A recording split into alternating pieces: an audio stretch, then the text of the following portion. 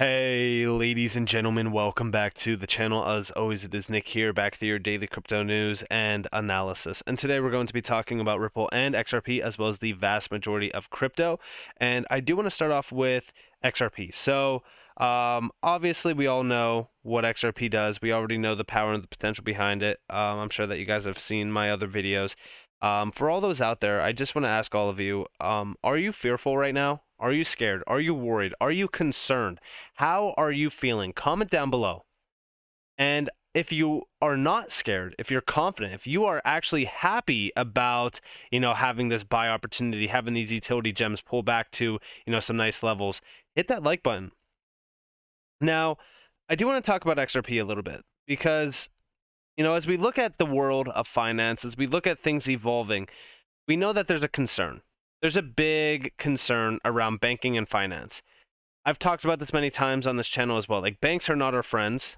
Banks are not to be trusted. You can't trust banks. For the same exact reason why, I don't trust any of the government. You cannot trust these controlled entities, especially if they are playing with your money. Now, I do want to address the overall market because I said it on Twitter, and I'll say it in this video as well. After 2022 and after the recent events this year, if you are still here, then you deserve to make it. You all deserve it. Listen, I want all of you to become extremely wealthy because it's times like today and the last couple weeks, even months, and even years. I mean, 2022 was rough, right? It's not easy. These markets were not made for everyone. You got to be able to withstand the worst of it all. And I even said, this isn't luck. We aren't lucky to go through what we go through to achieve financial freedom. Most people will tell you that you're lucky when you become financially free. Oh, you got lucky. Must be nice. It is not luck. Listen, we have seen significant collapses within crypto. Luna, FTX. Now, we just seen a big bank collapse outside of crypto, an external factor that pushed USD coin, USDC, down to 87 cents. 87 cents on a stable coin that most people thought was safe. It's interesting that, Tether was not the one, right? Because that's what we've heard for so long. But this is just the beginning. Monday is going to be the big picture. I want to start off this video with a video that's actually from the FDIC. This got posted by Rob Kantz over on Twitter. We do see regulators close Silicon Valley Bank in largest failure since financial crisis. This is just the beginning, folks. A must-watch now. Share to raise awareness. What's a bail-in? In 2010, a law was passed to give the government the ability to go into your bank account, not theirs, no, yours, and seize your money, called a bail-in. Listen closely to this video.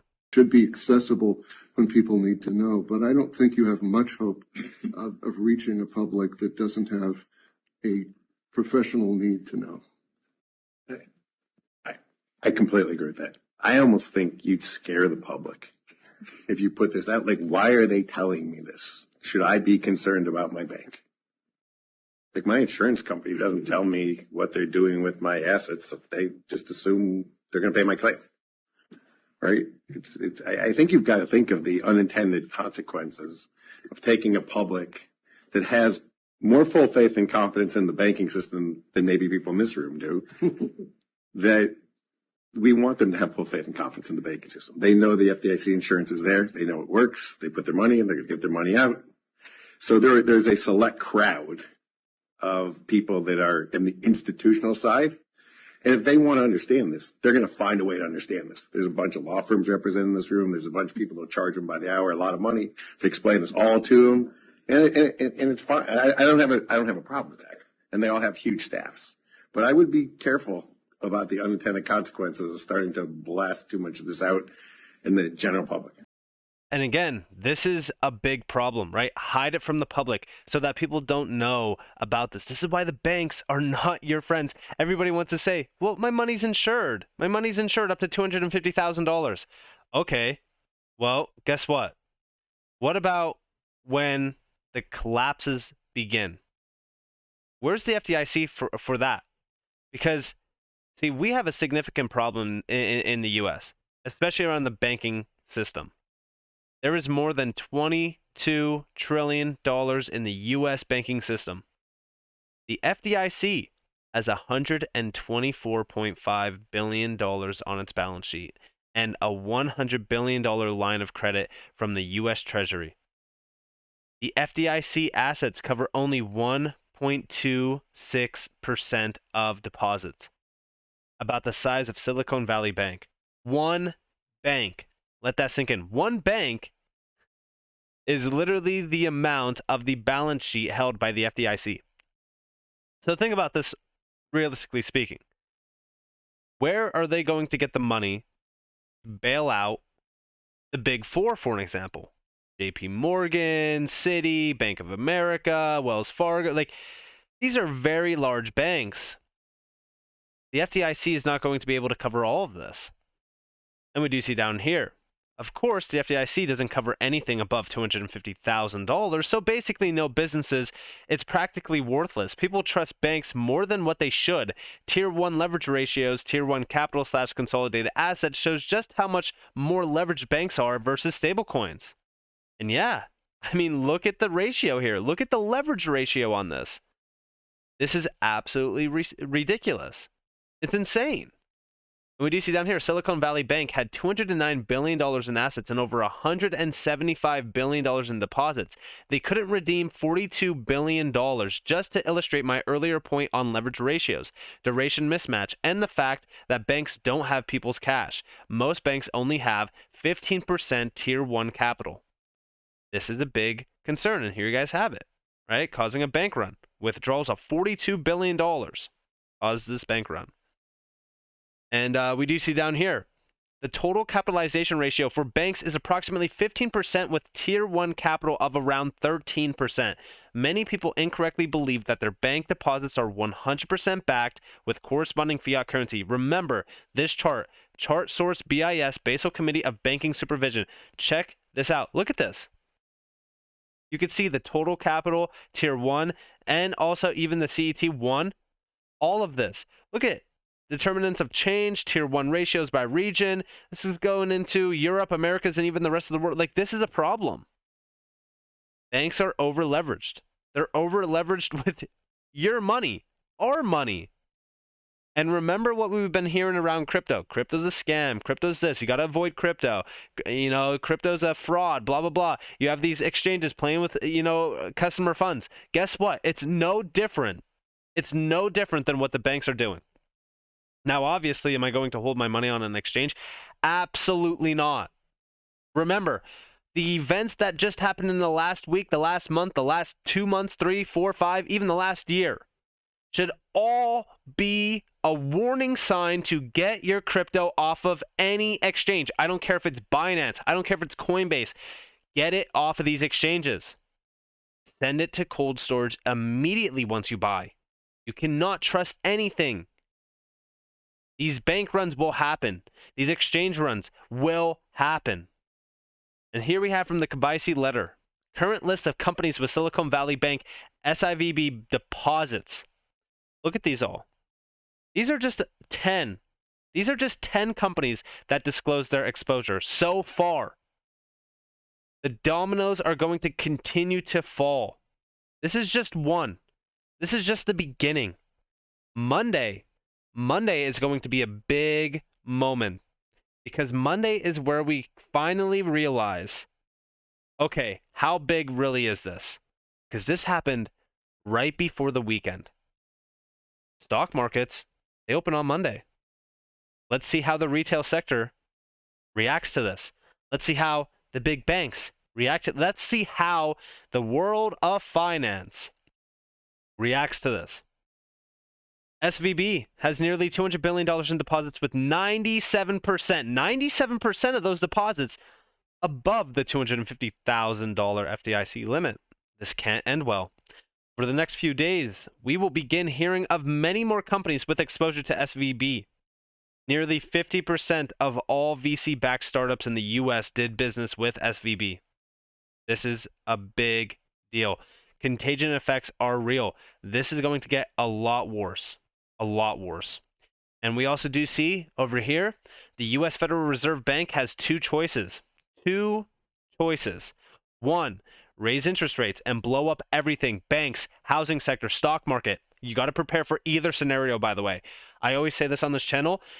Yeah, sure, the markets can look good, but you never know what is going to happen, like the events that just happened. You always have to have staples on the sidelines, and you always have to prepare for either scenario. Lower the rates or keep it the same and watch inflation destroy the dollar and the economy. Either way, we are going to see a collapse like no other. The Western financial system has been a rigged and unsustainable entity for a long time. Let's see how all this pans out. And by the way, guess what we are seeing? Guess what we recently just seen from the Federal Reserve? Just in, the Fed considering creating a fund to backstop deposits if, it's not if, it's when more banks fail. Guys, I want you all to buckle up because things are going to really start to trickle in. And it's not going to look good. It's not going to be good. It is going to be concerning. We recently just seen Yellen warn the U.S. House members of economic collapse from default. Insert panic mode for the weekend and next week.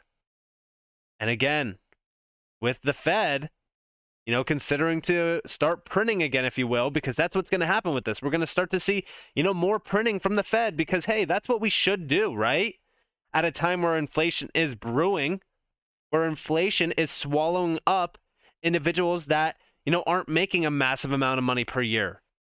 Even people that are making $100,000 per year are still living paycheck to paycheck. Think about that statistic. $100,000 10 years ago. Not even 10 years, 5 years ago, used to be looked at as a large amount of money. Now, $100,000 barely gets you by now. This is a big problem.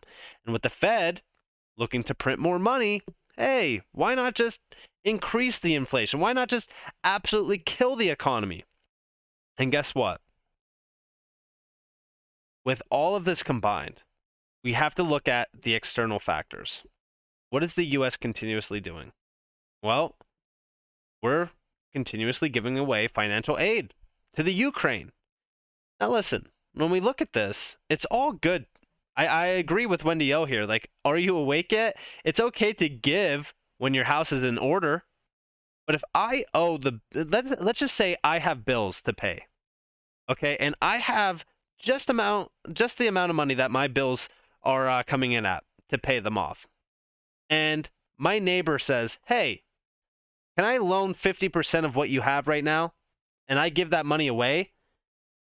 How is that going to work for me? How is that going to benefit me? It's not. We have a big problem in the US right now brewing. The United States, it's crumbling.